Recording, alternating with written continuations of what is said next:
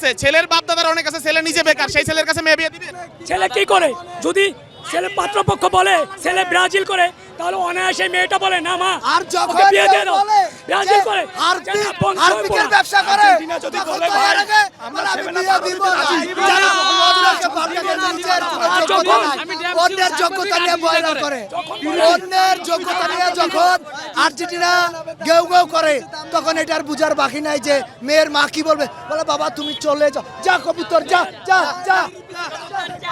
যখন বলে ছেলেটা আর্জেন্টিনা করে, তখন মেয়েটা উত্তর দেয় বাবা ওইটা তো ছেলের মানে ওদের বংশ একটা চোরবাটপাত দল, হ্যান্ড হাতে গোল লাগিয়ে মানে হাত দিয়ে গোল। আচ্ছা আমি একটা প্রশ্ন, আপনি বারবার ইতিহাসের সবচেয়ে বড় দল ব্রাজিল, এরা 5 বার চ্যাম্পিয়ন হয়েছে। এর মধ্যে আপনি কয়বার দেখছেন চ্যাম্পিয়ন হতে?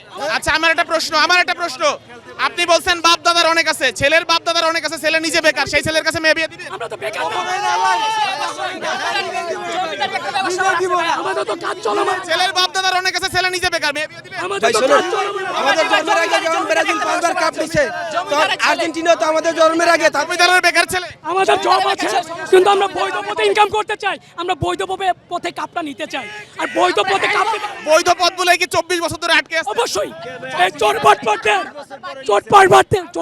তারাও কি আর্জেন্টিনার সমানে সমানে গিয়ে 36 বছর wait করবেন?